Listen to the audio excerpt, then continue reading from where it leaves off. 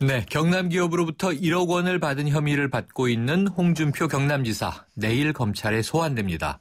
그동안 검찰과 검찰 출신 홍준표 지사 간에 신경전이 팽팽하게 이어져 왔었는데요. 이번 소환에서 과연 어떤 이야기들이 나오게 될까요? 검찰 출신 강민구 변호사와 앞으로 성완종 리스트 파문 수사를 한번 전망해 보겠습니다. 안녕하세요, 강 변호사님. 안녕하세요. 네. 자, 홍준표 지사의 측근들이 지금 먼저 조사를 다 받았고요. 당사자인 홍준표 지사의 검찰 소환 내일 앞두고 있는데요. 자, 이제 수사가 좀 본격화되는 단계라고 볼 수 있겠습니까? 예, 본격화되는 단계라고 볼 수 있을 것 같습니다. 이제 주변 조사가 다 끝났기 때문에 이제 핵심 조사도 들어가는 단계인 것 같습니다. 그렇군요. 자, 홍 지사가 그동안 언론을 통해서 본인의 입장을 좀 직간접적으로 밝힌 부분들이 있었어요. 예. 검찰 수사가 진행된다고 해도 결국 이 수준에서 그치게 되는 것 아닌가 이런 우려도 있는데 어떻게 보세요? 지금 그 검찰에서 조사한 내용이 아직 정확하게 외부에 유출된 건 아니기 때문에 뭐 언론에서 이제 흘러나오는 얘기만을 토대로 이제 평가를 할 수밖에 없거든요. 근데 이제 홍 지사 쪽에서 자신감을 갖는 이유는 제가 볼 때는 이제 윤모 부사장께서 그 돈을 전달한 과정이 일관성이 떨어진다. 그러니까 예컨대 이제 그 전에는 의원회관에서 돈을 전달했다고 그랬다가 나중에는 지금 뭐 주차장에서 또 전달했다고 이렇게 말을 바꾸고 이것 때문에 지금 홍 지사가 좀 이렇게 자신감 있게 얘기하는 거 아닌가. 사실 그런 생각은 들고요. 실제로 만약에 윤모 부사장께서 그렇게 진술을 번복했다면은 그거는 검찰에서 윤모 부사장의 진술의 신빙성을 어떻게 그걸 확보할 것인지 큰 숙제가 아닐 수 없다고 생각합니다. 그렇군요. 뭐 또 이제 보도마다 조금씩 차이가 있는데요. 또 이제 네 차례 소환 그래서 지금 말씀하신 대로 돈을 전달한 장소가 한번 바뀌지 않았는가 하는 그 문제에 대해서도 또 검찰 측에서는 그래도 제법 일관된 진술로 본다라는 입장이 또 흘러나와요. 그러면서 의원회관이나 의원회관 주차장이나 같은 의원회관 건물 아니냐 뭐 이런 얘기도 또 있어요. 어떻게 좀 진술의 일관성이 흐트러졌다고 보십니까? 의원회관과 의원회관 주차장은 같은 건물이라 하더라도 분명히 그건 의미가 틀리다고 봅니다. 왜 그러냐면은 주차장이라면 분명히 주차장이라는 얘기를 했을 거거든요. 그 주차장에서 준 거를 의원회관에서 줬다 그렇게 말하지는 않거든요. 그래서 이제 이런 우려도 돼요, 사실은. 윤모 부사장께서 처음에 의원회관에서 줬다고 말을 했는데, 예를 들어서 그날 이제 의원회관 이제 뭐 출입한 뭐 이렇게 현황이라든가 뭐 이렇게 이름 같은 거 적었거나 뭐 CCTV라든가 뭐 여러 가지 이유로 인해서 그날 윤모 부사장이 의원회관에 들어간 흔적이 없다. 그렇기 때문에 혹시 주차장으로 말을 바꾼 거 아닌가 이런 의심은 좀 듭니다. 증명하기 어렵기 때문에 바꿨을 가능성도 있다. 그럴 가능성도 배제할 수는 없습니다. 그렇죠. 흔히 이제 의원회관이라고만 이야기하면 의원실이라고 이제 우리가 생각하기가 쉽겠죠. 자, 한편 이 결정적인 증인이라고 할 수 있는 남호 씨. 홍준표 지사의 이제 측근 보좌관으로 알려져 있죠. 돈을 쇼핑백에 담긴 돈을 들고 나갔다 뭐 이런 이야기가 나오고 있는데 또 당사자인 홍준표 지사나 어찌 보면 지금 검찰 특별수사팀이 소환에 너무 뜸을 들인 것 아니냐. 시간을 너무 많이 줘서 증거를 이미 인멸했을 가능성도 있다. 이런 지적도 나오는데 이 대목은 어떻게 보시나요? 뭐 증거라는 게 결국은 진술밖에 없지 않습니까? 물증을 인멸했을 리는 없고, 뭐 그때 당시에 뭐 설사 만약에 돈을 받았다 해도 돈이 남아있을 리는 만무고요. 그렇다면 결국은 진술의 어떠한 뭐 홍 지사하고 뭐 남호 씨하고 진술을 맞췄는 거 아니냐. 진술을 맞추는데 그렇게 오래 시간은 필요 없거든요. 결국은 뭐 검찰에서 일부러 뜸을 들인 것도 아니고, 이 진술자 쪽의 진술이 정확해야 되거든요.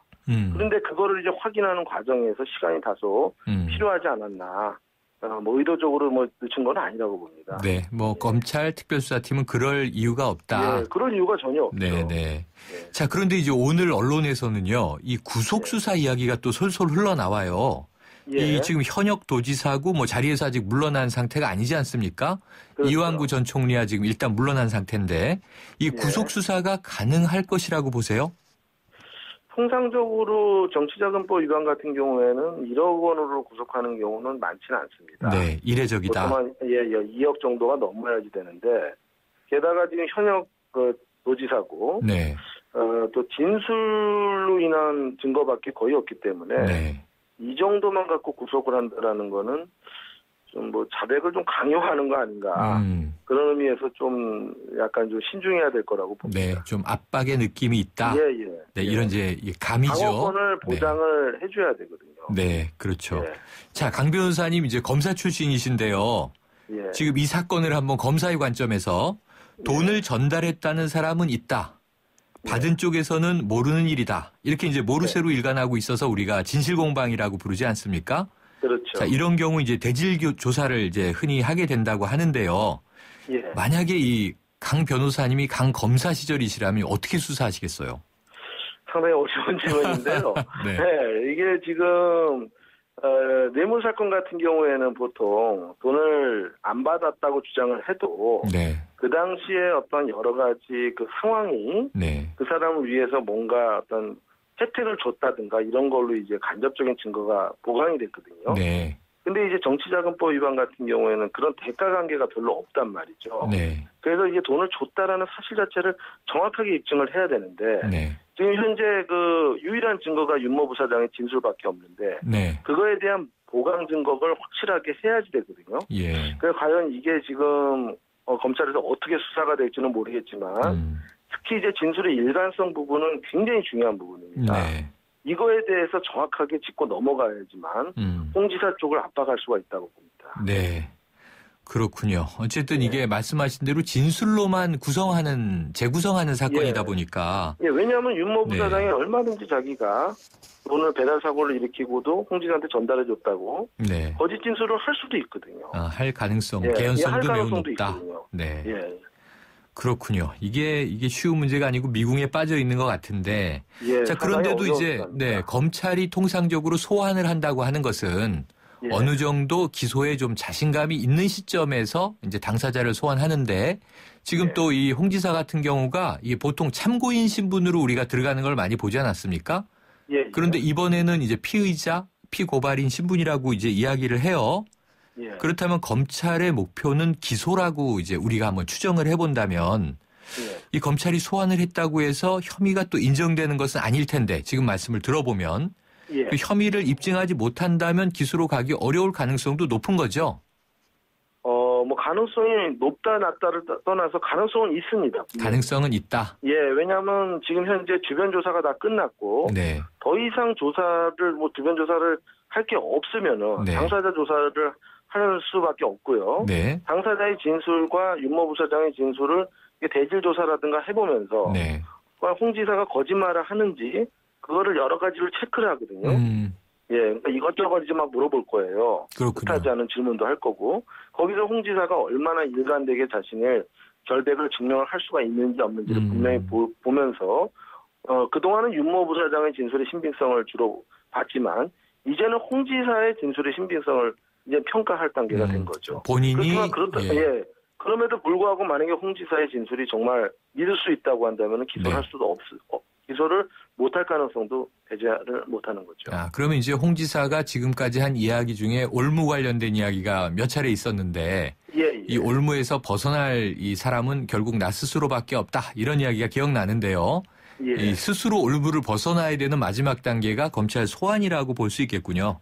맞습니다. 네. 그런 의미에서 그 얘기를 한 것 같아요. 자기가 스스로 자기의 결백을 주장을 해갖고 자기 진술의 일관성을 검찰에 완전히 입증을 하는 거죠. 그게 홍 지사가 말하는 자기 스스로 올무에서 벗어나겠다는 그런 의지를 보입니다. 그래도 아무래도 또 홍 지사가 모래시계 검사로 유명했던 분이고 뭐 민환 검사로 날리셨던 분이니까 아마 그 법리적인 대응은 잘 하시지 않겠어요? 일반인보다는? 그렇겠죠. 본인이 그 형사 쪽으로는 전문가시니까요. 자, 성완종 리스트 8명의 인사 거론되고 있는데요. 모두 다 여권 실세들이기 때문에 검찰의 부담 만만치 않아 보이고요. 내일 이제 홍 지사 소환 한번 지켜보고 그리고 또 이제 이완구 전 총리의 이제 거취 문제도 궁금하지 않습니까?